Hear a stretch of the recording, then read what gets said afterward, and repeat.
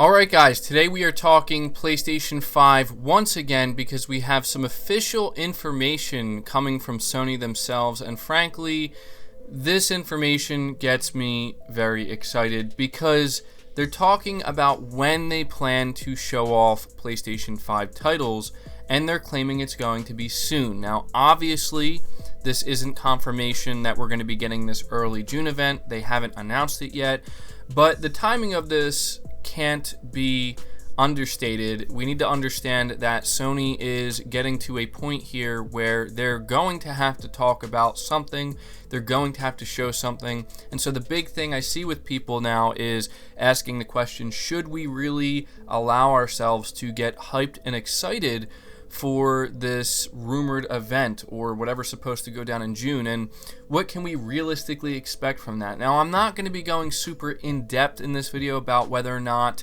we should expect this to be announced or that to be announced. Maybe I'll touch on a few things, and I'll probably make a separate video just fully dedicated to diving deep into what I realistically, honestly expect to be announced or shown off. But for now, I want to focus on the statement and what I think it means, and basically just let you know whether or not I think it's safe to get excited at this point. And I'm sure, as most of you know, yeah, I do think it's safe to get excited. So we're going to talk a little bit about that. And we're also going to talk briefly about PlayStation Now, because Sony has given us an update on how many subscribers are currently subscribed to PlayStation Now and how that growth is looking ever since they kind of changed up their pricing scheme and the type of games they put into PlayStation Now. And I also think it's going to play a pretty vital role, whether we like it or not, going into next generation and obviously the future of PlayStation in general. So these are the things we're going to be talking about in today's video. So before we go any further, if you could do me a big favor, hit the like button to help the video out and show your support, and hit the subscribe button as well so you don't miss any future content. But starting here with the statement from Sony, it says PlayStation plans to, quote, introduce a compelling lineup of titles soon, unquote, for its next generation console, the PS5, which is due to release later this year in the holiday season. During a corporate strategy meeting this week, Sony president and CEO Kenichiro Yoshida confirmed that games for the PS5 that deliver this new game experience are being made by both first and third-party developers, and we plan to introduce a compelling lineup of titles soon. So it's exactly what he said. And so there's a lot of important things here, right? The first thing is, this is Sony letting us know that we can officially expect to see these games soon. But the big question that's on most people's minds at this point is, what exactly does soon mean? Does soon mean a couple weeks from now? Does soon mean a couple months from now? And the reason why people feel skeptical about this is because there have been times in the past where we've heard the term soon or very soon, and it's not soon at all. We end up waiting practically months before we get anything. Now, in this case, I do think it's safe to assume that when Sony says they're going to be showing off these PlayStation 5 titles soon, I think they really mean soon. I think they mean just a couple weeks from now, not months. I say this because it just wouldn't make any sense for Sony to say this during their corporate strategy meeting and mislead everybody, including investors. It really wouldn't make any sense. It's getting to a point now where if by soon they mean sometime in August, I mean, you're cutting it so close to the launch of the actual console at that point, it just doesn't make any sense. That's not to say that Sony won't have things to say in August. Of course they will. But we're talking about the big blowout, right? The big event, the time where people can really grab their popcorn, sit back, and be ready to get excited, I think this is actually going to be happening in early June. Not only do we have Jeff Grubb saying this, and we've been covering this, but now we have Sony officially letting us know that, yeah, they're going to have some, as they put it here, compelling titles to show off. Now, I want to focus in for just a moment on the way they're wording this, where they're saying that there's going to be both first and third party. Now, this is important because we're trying to gauge, whenever this is going to happen, what will the ratio between first and third party games be? Can we expect the majority of these games to be first party or the majority of them to be third party?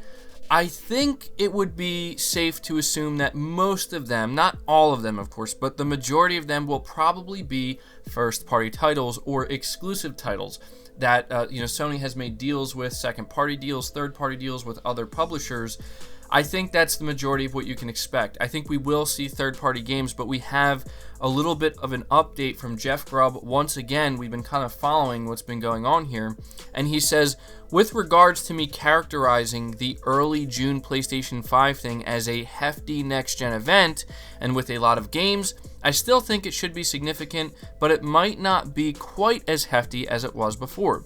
And then Benji Sales followed this up and basically asked him, or was saying that it sounds to him like this just sounds like more third-party developers and publishers are opting to announce their games in their own way, where they're not necessarily feeling like they have to partner with Sony or Microsoft in the same way that they normally would have to really have a big presence and cause a big wave with the announcement of their game.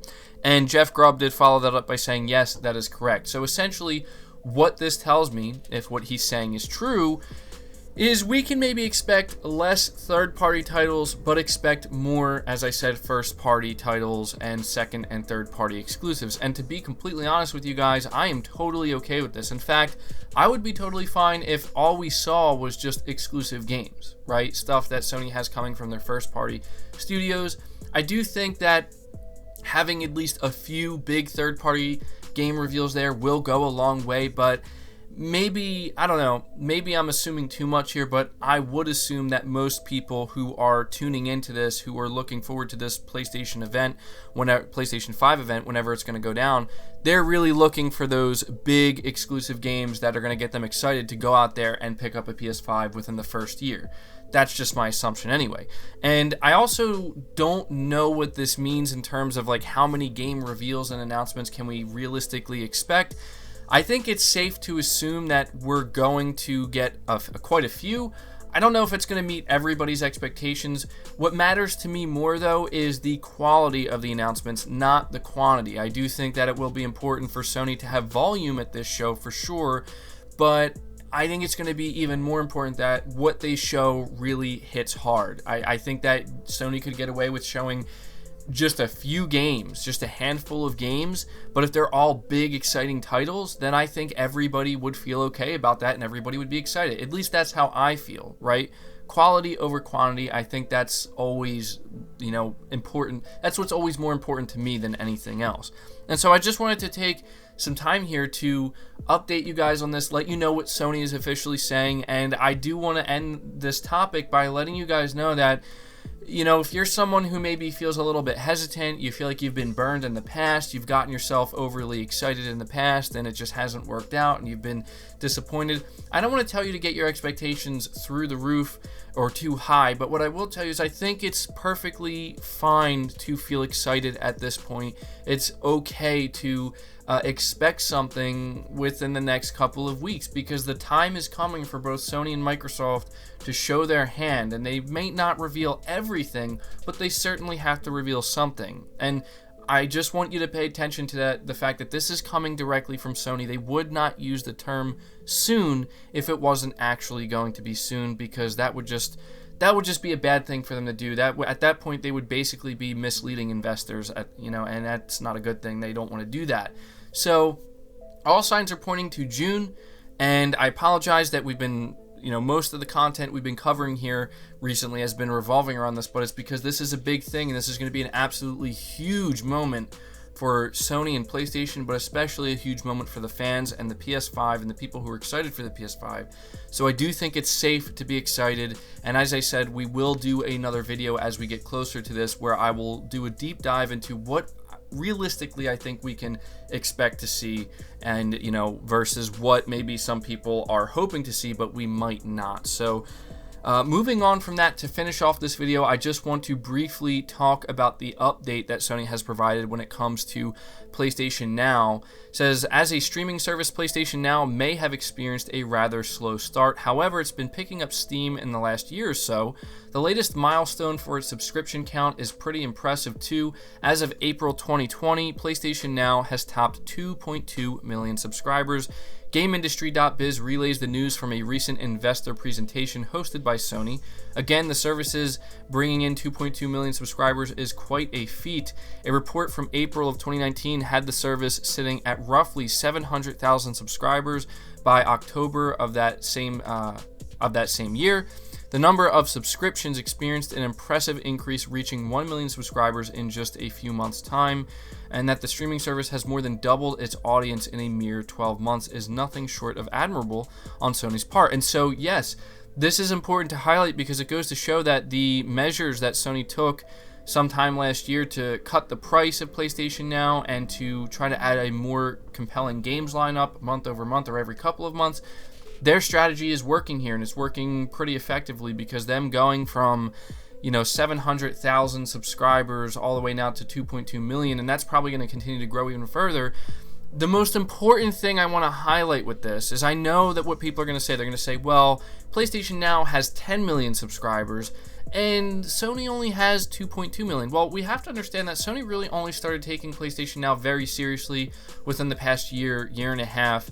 And we also have to take into account that Sony is achieving this without putting the majority of their exclusive games onto the service, right? Like, they're not doing the same strategy that Microsoft is, where they're not doing day and date releases. I mean, could you just imagine for a second if Sony did the same thing Microsoft did? If they said that we're going to release our exclusive games day and date onto PlayStation Now for the foreseeable future or forever going forward, how many subscribers do you think Sony would rack up on PlayStation Now? They would probably end up crushing Microsoft in that regard, but they don't need to do that. They believe that they can still be competitive in this space without having to sacrifice their, I'd say, greatest asset or their greatest, the big ace in the sleeve for them, which in my opinion, when it comes to selling hardware, is their exclusive games. Now, do I expect a bigger push for PlayStation Now going into next generation? I do. Do I expect to see even more exclusive titles go onto PlayStation Now eventually?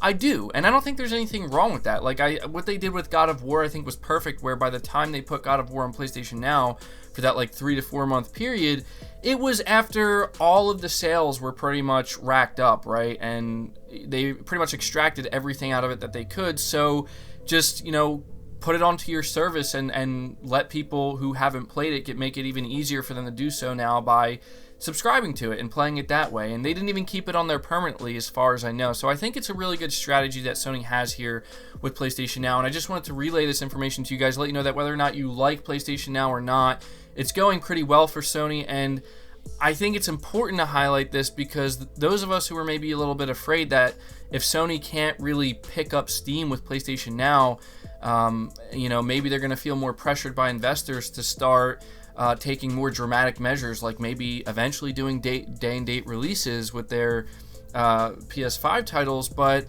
the growth here is looking very good. It's looking very promising, and I don't think Sony at this point or the investors feel pressured to have to take any dramatic moves.